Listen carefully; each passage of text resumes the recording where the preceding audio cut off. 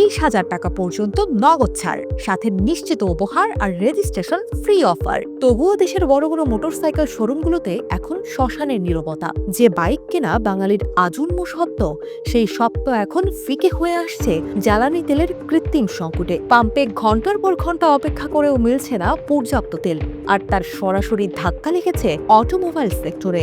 দেশের প্রধান ব্র্যান্ডগুলোর বিক্রি এক ধাক্কায় কমেছে প্রায় 50%। কিন্তু শোরুমগুলোতে কি তবে তালা ঝোলার উপক্রম? কেন এই করুণ দশা? জানতে ভিডিওটি শেষ পর্যন্ত দেখুন।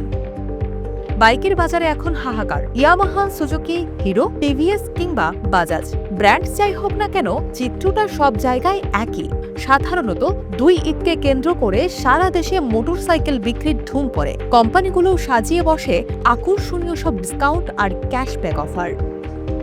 ব্যবসায়ীরা জানান, এবার 10 থেকে 20,000 টাকা পর্যন্ত ছাড় দিয়েও ক্রেতা পাওয়া যাচ্ছে না। শোরুম ম্যানেজারদের সাথে কথা বলে জানা যায়, গ্রাহকরা শোরুমে আসছেন, বাইক দেখছেন, কিন্তু শেষ মুহূর্তে তেলের সংকটের কথা ভেবে ফিরে যাচ্ছেন। তাদের একটাই প্রশ্ন, তেল পাওয়ার যদি নিশ্চয়তা না থাকে, তবে লাখ টাকা খরচ করে বাইক কিনে গ্যারেজে ফেলে রাখবো কেন?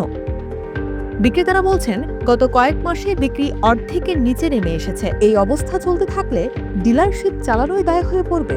সংকট শুধু শোরুমের 4 দেয়ালে আটকে নেই, এর বড় প্রভাব পড়েছে সার্ভিসিং সেন্টারগুলোতেও। তেল সংকটে বাইকাররা এখন খুব প্রয়োজন ছাড়া বাইক নিয়ে বের হচ্ছেন না, ফলে নিয়মিত সার্ভিসিং বা মেরামতের কাজেও ভাটা পড়েছে। সার্ভিস সেন্টারের মালিকরা চরম বিপাকে। টেকনিশিয়ানরা বলছেন, বাইক কম আসায় তাদের দৈনিক আয় তলানিতে ঠেকেছে। অনেকে আশঙ্কা করছেন, এই সংকট দীর্ঘস্থায়ী হলে হাজার হাজার দক্ষ মেকানিক এই পেশা ছেড়ে দিতে বাধ্য হবেন।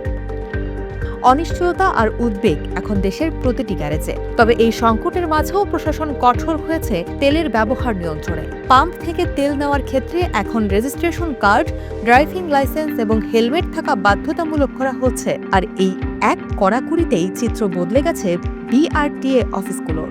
পরিসংখ্যান বলছে, গত কয়েক মাসে নতুন বাইক বিক্রি কমলেও বাইক রেজিস্ট্রেশন এবং লাইসেন্সের আবেদন বেড়েছে প্রায় দ্বিগুণ। মানুষ এখন পাম্পে ঝক্কি এড়াতে বাধ্য হয়ে এই নথিপত্র বৈধ করছেন। তবে এই হার যতটুকু বেড়েছে নতুন বিক্রির তুলনায় তা খুবই নগণ্য। জ্বালানি তেলের এই কৃত্রিম সংকট শুধু যাতায়াতেই বাধা দিচ্ছে না, দেশের কয়েক হাজার কোটি টাকার মোটরসাইকেল শিল্পকে ধ্বংসের মুখে ঠেলে দিচ্ছে।